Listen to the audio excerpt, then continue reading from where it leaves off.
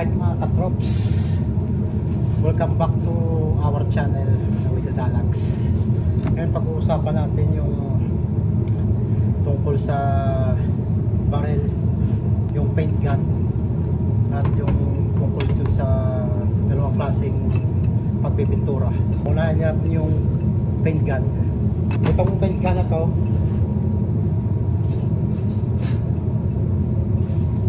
meron kami dalawang klaseng paint gun dito eh. Ito ay isang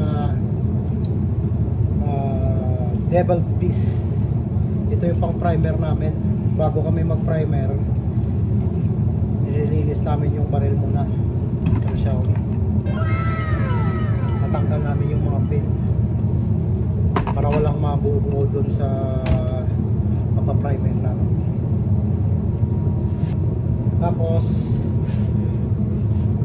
pag nag-coating naman kami, ito yung gamit namin. Pangalan ng baril ay SATA. Yan. Adjustment dito. Tapos ito yung sa hangin naman. Doon sa dati kung pinagtatrabahuan, yung baril namin doon ay yung airless. So wala siyang tawag dito, wala siyang adjustment sa fan, hindi yung tip lang. Ito naman, ma-adjust mo yung fan tsaka yung labasan ng pintura. Ito yung fan, tapos ito naman yung pintura. So ma-adjust mo.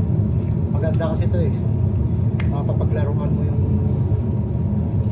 pagpipinturahan mo. Hindi katulad dun sa airless na wala lang, yung tip lang. Punta tayo dun sa dalawang klaseng pagpipintura. Yung dalawang klaseng pagpipintura, yung una ay yung wet paint, yung ginagawa namin ngayon dito. Ibig sabihin, yung pinipinturahan ay basa kasi wet eh, di ba? So yun yung unang isang klaseng na pagpipintura, yung wet paint. Yung disadvantage na kasi dun sa pagpipintura ng wet paint, mga katropa, ay sticky. So pagka kayo ay nagpintura ng wet paint, medyo sticky sa katawan, lalo doon sa kamay. Yung pangalawa naman, yung bagong bubuksan dito sa kumpanya namin, yung powder coating naman, yun yung maganda yun kasi static yun eh. Iba naman yung barrel doon. Yung barrel na sa powder coating ay iba kumpara dito sa wet painting. Medyo laruan lang siya. Yung pag barrel mo doon sa powder coating ay pabilog. Alright. So yun yung dalawang klaseng pagpipintura, yung wet coat tsaka powder coat. So mga katrops, bago kayo magpintura, isuot mo muna tong yung mask. Yan, tanggalin natin ito kasi magpipintura na yung maya.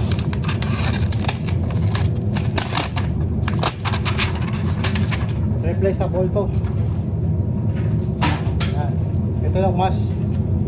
Tapos ito naman yung lalagyan sa papuntang yung hangin. Papunta dun, ito naman papunta dun sa mask mo, sa helmet mo. So habang nagpipintura kami dito sa loob mamaya, yung temperatura dun ay mainit eh. Parang impyerno. Oh, no. At buti na lang meron ng bagong mga technology. Ito, yan, may aircon to, so hindi masyadong mainit. So kailangan nyo to mga katropa, kasi dyan sa Pilipinas, alam ko hindi pa sila naggaganito eh. Nakikita ko yung mga pintor dati eh, yung naka-mask lang eh, yung ordinaryong mask lang. Dito naman sa Canada, kailangan nyo to. At ito naman yung sinusuot namin, overall, para hindi kapitan ng pintura yung balat natin. Pero minsan yung gloves ko malabas yung suit dito, so dito lang yung pintura, pero madali lang yung kukunin. Ito yung suit. Kailangan nyo to pag nagpintura kayo mga katrops, para safety. Magpipintura lang tayo mamaya ng wet coat. So ito yung mixing ratio nila dito. Ang ginagamit ng pintura is UTEC 3 to 1. Ibig sabihin 3 quarts ng pintura at 1 quart ng hardener. Ito yung hardener. Yan. Kailangan nyo yung hardener para matuyo yung pintura. Pag hindi nyo kasi nilagyan yung hardener yung pintura natin, baka 3 araw pa bago matuyo. At naglalagay din kami ng accelerator mga katrops. Konti lang, mga isang patak, kayang isang set ng isang katupa. Joke lang. Yung accelerator kasi yun yung mabilis magpatuyo para walang run. Yung ibig sabihin ng run, yung walang tulo. Yan yung ibig sabihin ng run. So mamaya titirahin namin yung wet coat. Papakita ko sa inyo kung paano tirahin. Alright, mga katrops. So sa nagbabalak dyan na mag-apply dito sa Canada sa painter, ito yung technology na ginagamit dito. Ito lang yung pinaka basic mga katrops. Ito yung mixing room namin. Yan. Ito yung mga pintura. Ito naman yung mga chemical. Ito yung slow reducer, fast reducer. Yan. Ngayon nag-ano ako dito naglilinis ako ng baril para mamaya pagtira namin ng pintura maganda yung buga, walang mga kulangot na sasama.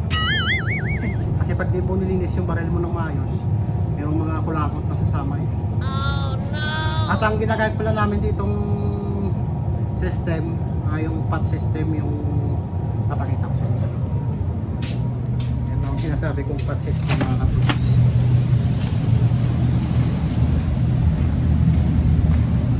Yan. Ito yung pot. Ito naman yung gauge. Ito yung sa pintura. May pressure yan. Ito naman sa hangin. Ginagamit namin pressure is 20 lang.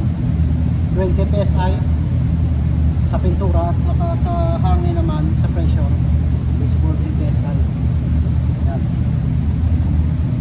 At ang kagandaan nandun sa baril namin, pwede nyo i-adjust dun. Kasi dun sa airless wala, hindi nyo ma-adjust dun. Yung tip lang. So yan, good to go na to. Titirahin na namin ito mamaya yung mga bakal dito. Maglilinis lang ako ng baril mga katrops para pag pintura mamaya medyo pogi, parang tubig pa, pwedeng manalamin mga katrops. Tapos na yung coating namin, wet coat. Ito yung product.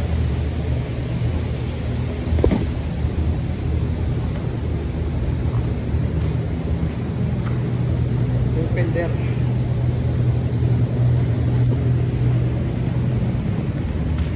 Yan lang kasimple mga katrops. Nilalagay ito sa likod ng mga truck para sa agriculture.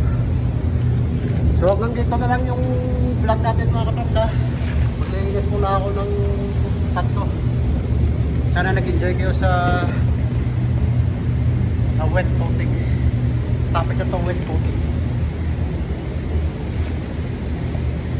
Rock and roll.